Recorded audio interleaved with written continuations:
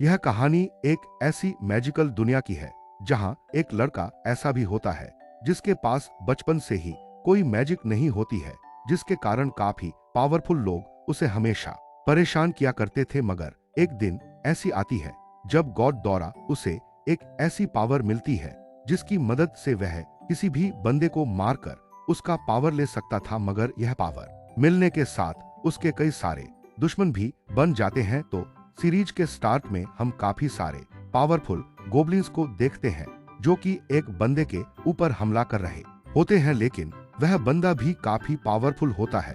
वह एक एक करके सभी गोब्लिन्स को अपने तलवार की मदद से मार रहा होता है।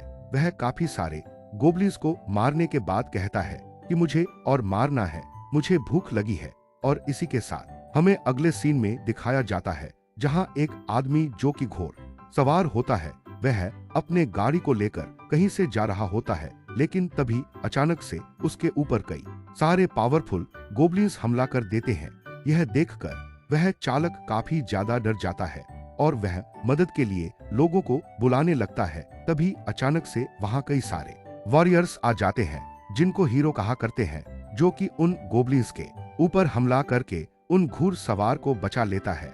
और देखते ही देखते कुछ समय में बहुत सारे वॉरियर्स का ग्रुप भी आ जाता है जो कि इन गोब्लिन्स के ऊपर हमला करने लगता है। अब इसी के साथ कई सारे गोब्लिन्स को खत्म कर देते हैं। इसके बाद हमें टाउन का सीन दिखाया जाता है जहां पे एक लड़का गैप कीटिंग कर रहा होता है। वही हमारे इस सीरीज का मेन कैरेक्टर होने वाला है जिसका नाम फेट होता है।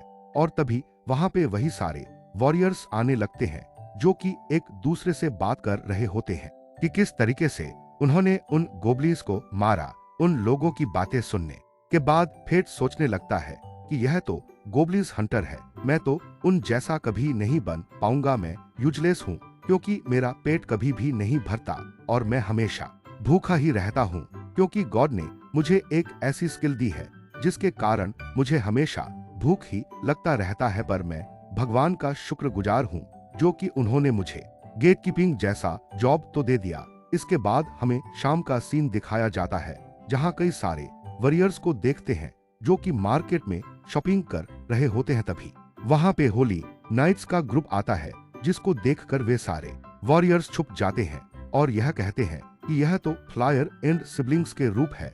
जिसके बाद हम देख पाते हैं कि एक दुकानदार का फल जो कि नीचे गिर जाता है और वह गलती से जाकर उस होली नाइट के पैर में टच हो जाता है।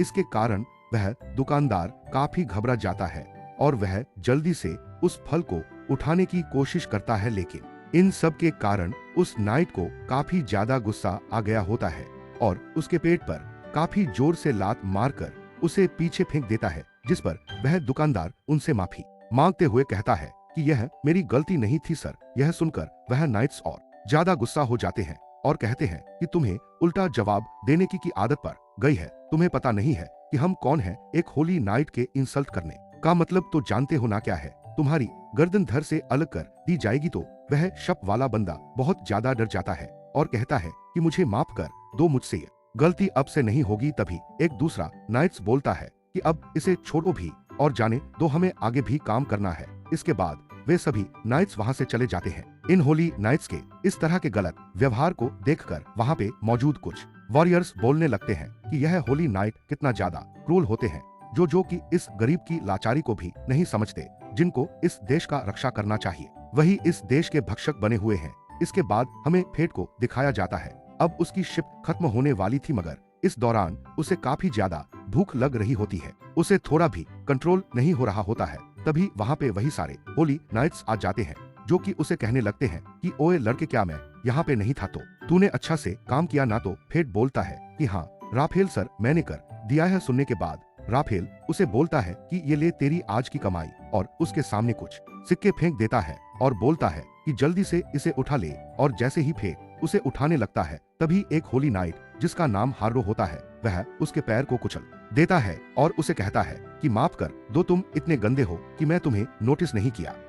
वो सभी लोग अब फेट की बेइज्जती करने लगते हैं और उसे काफी ज्यादा पीटने लगते हैं। इसके बाद फेट मन में ही सोचने लगता है कि हे गॉड, आपने इन सभी को इतने पावरफुल स्किल दिए, मगर आपने मुझे ऐसा घटिया स्किल क्यों दिया? आखिरकार मेरा कौन से जन्म का बदला ले रहे हो? मगर यह लोग उसे मारे जा रहे होते हैं। तभी अचानक से वहां पर लेडी रॉक्सी आ जाती है, जो कि उन होली नाइट्स को डांटते हुए बोलती है कि तुम इसके साथ ऐसा क्यों कर रहे हो? आखिर इसने गलती क्या की है? जिसके बातों का जवाब देते हुए राफेल उससे कहता है कि हम तो बस इसकी मदद कर रहे होते हैं, क्योंकि इसके पास कोई जॉब नहीं है और हम इसे जॉब देकर इसको पैसा देते हैं, तो इसमें बुरा ही क्या है? आखिरकार लोगों की मदद करना भी तो होली नाइट्स की एक ड्यूटी है। जिसके बातों के बाद रॉक्सी उसे कहती है कि एक बार जरा इसे देखो, तुमने फेट की क्या हालत कर दी है। तुम लोगों को शर्म मानी चाहिए। एक नाइट होकर तुम कमजोर लोगों पे अपना धोस जमाने की कोशिश कर रहे हो। यह कोई तरीका नहीं है किसी के मदद करने का। तो राफेल उसे बोलता है कि यह हमारा तरीका है मदद करने का। यह बोलने के बाद वह तीनों वहां से चले जाते हैं। तभी रॉक्सी फेट के पास आती है और उसे कहती है कि क्या तुम ठीक तो हो ना? जिस पर फेट अपने जख्मों को छुपाते हुए कहता है कि हाँ मिस, मैं ठीक हूँ। जिसके बाद रॉक्सी उसे बोलती है कि तुम सीधे खड़े हो जाओ, तुम्हारे बॉडी से खून निकल रहा है। और वह उसके सारे खून को साफ कर देती है। जिसके बाद फेट उसका शुक्रिया अदा करता है। तो रॉक्सी बोलती है कि कोई बात नहीं, यह तो एक होली नाइट की ड्यूटी होती है। यह तीनों लोग काफी ज्यादा क्रूल है जो कि तुम्हारी ऐसी हालत कर दे, मगर यह तुम्हारी ड्यूटी नहीं है। तुम यह मुझे दे दो, यह हमारी होली नाइट की ड्यूटी होती है। और रॉक्सी उसे यह भी कहती है कि अगली बार से अगर तुम्हारे साथ यह कोई भी गलत करने की कोशिश करे तो तुम मुझे बता सकते हो, क्योंकि यह भी एक नाइट होती है। तो फेट बोलता है कि कोई बात नहीं, मुझे तो इन सब की आदत हो गई है। मुझे अब यहाँ से चलना चाहिए क्योंकि मुझे बहुत भूख लगा है। और वहां से चला जाता है। अब अगले सीन में हम लोग फेट को देखते हैं, जो कि एक रेस्टोरेंट में आके खाना खा रहा होता है। वह याद करता है कि रॉक्सी ने उसे कहा था कि अगर उसके साथ कोई भी गलत करने की कोशिश करे तो वह उसे बताए, लेकिन वह उसे नहीं बता सकता था क्योंकि उसे राफेल का डर था, क्योंकि अगर उसे पता चल गया तो वह इसे फिर से मारेगा और हो सकता है कि वह रॉक्सी के ऊपर भी गलत इल्जाम लगाए। इसीलिए वह रॉक्सी को इस बीच में नहीं धकेलना चाहता था। वह खाना खा ही रहा होता है, तभी रेस्टोरेंट का ओनर वहां पे आता है और उसे कहता है कि उन लोगों ने आज तुम्हें फिर से पीटा क्या? अगर ऐसा ही चलता रहा तो तुम्हारी हालत उस पिछले बंदे जैसी हो जाएगी। फिर हमें बताया जाता है कि उन तीनों नाइट्स ने पिछले बार एक लड़के को काम पे रखा था, जिसको उन्होंने काफी ज्यादा परेशान किया और काफी ज्यादा मारा पीटा, जिसके कारण वह कुछ दिन में मर गया। अब ऐसा लगता है कि वो लोग फेट के साथ भी ऐसे ही करने वाले हैं, मगर यह बात सुनने के बाद फेट उस पर कोई जवाब नहीं देता और जल्दी से अपने खाने को खत्म करता है और पेमेंट करके वहां से चला जाता है। वहीं सोपनर उसे कहता है कि मैं दुआ करता हूँ कि तुम्हारी हालत पिछले बंदे जैसी ना हो, तुम अच्छे से जियो। जिसके बाद हम फेट को देखते हैं, जो कि रेस्टोरेंट से बाहर आ गया होता है। उसने इतना खाना खाया होता है मगर फिर भी उसे भूख लग रही होती है, क्योंकि उसके पास ग्लूट स्किल होती है जो कि हमेशा उसे भूख में रखती है। वह मन में सोचने लगता है कि काश मेरा जन्म एक अच्छे स्किल के साथ हुआ होता तो मेरे साथ यह ना होता। शायद मैं एक नाइट बन सकता था या फिर एक हीरो वॉरियर, लेकिन यह सब सोचने के क्या फायदा जब यह जिंदगी मेरी है ही नहीं। मैं एक लूजर की जिंदगी जी रहा हूँ और हमेशा लूजर ही रहूंगा। फेट आगे चल रहा होता है, तभी उसके सामने कई सारे चोर दिखाई देते हैं, जिसको देखने के बाद वह सोचता है कि मैं जल्दी से जाकर रॉक्सी को बता देता हूँ। वह भाग के रॉक्सी के पास जाता है और उसे उन चोरों के बारे में बता देता है। यह सुनने के बाद रॉक्सी उसे कहती है कि क्या तुम कंफर्म हो ना कि वह सब चोर ही थे? तो फे उसे बताता है कि हाँ वो कंफर्म चोर ही थे। तो रॉक्सी उसे कहती है कि तुम इस गेट की ड्यूटी संभालो, मैं उन चोरों को देख के आती हूँ। तो फेट कहता है कि ठीक है, आप अपना ख्याल रखना। जिस पर रॉक्सी वहां से चली जाती है ताकि वह उन चोरों को पकड़ सके। इसके बाद थोड़ी देर के बाद अंदर काफी ज्यादा मार पिटाई की आवाज आ रही होती है, लेकिन तभी आवाज रुक जाती है और उससे लगता है कि अंदर बैटल रुक गई है। तभी अचानक से एक चोर गेट को खोलते हुए बाहर आने लगता है, लेकिन वह थोड़ा घायल होता है। उसे देखने के बाद फिर डर गया होता है और वह सोचने लगता है कि मैं यहाँ से भागूं या फिर यहाँ पे रुक के इसका सामना करूं।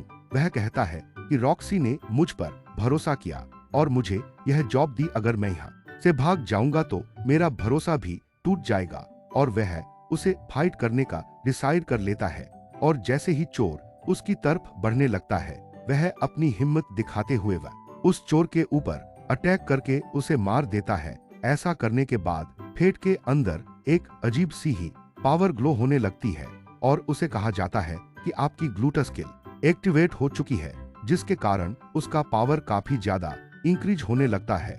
और वह सोचने लगता है कि आखिरकार यह मेरी ग्लूट स्किल एक्टिवेट हो गई, अब इससे क्या होगा। मगर इन सब के कारण उसके बॉडी में अजीब सी पावर ग्लो होने के कारण वह खुद को अच्छा महसूस कर रहा होता है, मगर उसे भूख भी लग रही होती है। तभी गेट के अंदर से रॉक्सी आ जाती है, जो कि एक बंदे की लाश को देखकर वह सोचने लगती है क्या इसको इसने मारा होगा। मगर रॉक्सी जो यह अपने मन में बात सोच रही होती है, यह फेट को सुनाई दे रहा होता है। ऐसा इसलिए होता है क्योंकि इसका ग्लूटस स्किल एक्टिवेट हो चुका था, जिसके कारण यह किसी के भी मन के बात को सुन सकता था। यह जानने के बाद वह मन में सोचने लगता है कि आखिरकार मैं इसकी मन की आवाज कैसे सुन पा रहा हूँ। रॉक्सी उसे कहती है क्या तुम ठीक तो हो, तुम्हें चोट तो नहीं लगी। तो फेट उसे बताता है कि मैं तो ठीक हूँ, मगर आप ठीक है ना। रॉक्सी उसे कहती है कि मैं भी ठीक हूँ, तुम अपना ख्याल रखना, मुझे इन सब के बारे में अपने सीनियर को रिपोर्ट करना होगा। लेकिन इसके बाद फेट नोटिस करता है कि रॉक्सी की मन की बातें अब उसे सुनाई नहीं दे रही है। तभी फेट रॉक्सी से बोलता है कि आपने जितने भी बंदों को मारा और मेरे से एक जो बंदा मर गया, इन सब का क्रेडिट आप रख लेना, मगर तुमने हमारे फैमिली के लिए काफी अच्छे काम किए हैं। तुमने हमारी ड्यूटी को काफी ईमानदारी से निभाया है। इसकी शुक्रिया के तौर पर मैं तुम्हें हार्ट फैमिली की यानी कि मेरी फैमिली का एक मेंबर बनाना चाहूंगी। क्या तुम मेरे यहाँ काम करोगे? अगर तुम यहाँ पे काम करते रहे तो तुम्हें वह तीनों नाइट्स मिलकर मार देंगे। तुम ये डिसीजन सोच के बता देना। इसके बाद फेट मन में सोचने लगता है कि मैं क्या करूं, क्या मैं एक ऐसी जिंदगी जीऊं जहां पे मैं कीड़ों मकोड़ों की तरह रहूं, जहां हमेशा लोग मुझे परेशान करते रहे, और दूसरी तरफ मिस रॉक्सी जिसके यहाँ पे मैं काम करूंगा तो मुझे अच्छे से ट्रीट किया जाएगा, साथ ही मुझे अच्छा तनख्वाह भी मिलेगा। लेकिन मैं अगर इसके लिए अस्वीकार करता हूँ तो वह शायद किसी दूसरे बंदे को भी अपने काम के लिए रख सकती है। वह काफी सोचने के बाद आखिरकार उन्हें हाँ कह देता है और कहता है कि आपने मुझे ऐसी अपॉर्चुनिटी दी जिसका मैं हमेशा आपका शुक्रिया करूंगा और मैं जिंदगी भर आपका आभारी रहूंगा। यह सुनकर रॉक्सी काफी खुश होती है और वह कहती है कि यह तो काफी कमाल की बात है। जिसके बाद अब फेट अपने घर पे आ जाता है, जहां वह यह देखकर हैरान होता है कि उसका पावर लेवल अचानक से काफी ज्यादा बढ़ने लगा है।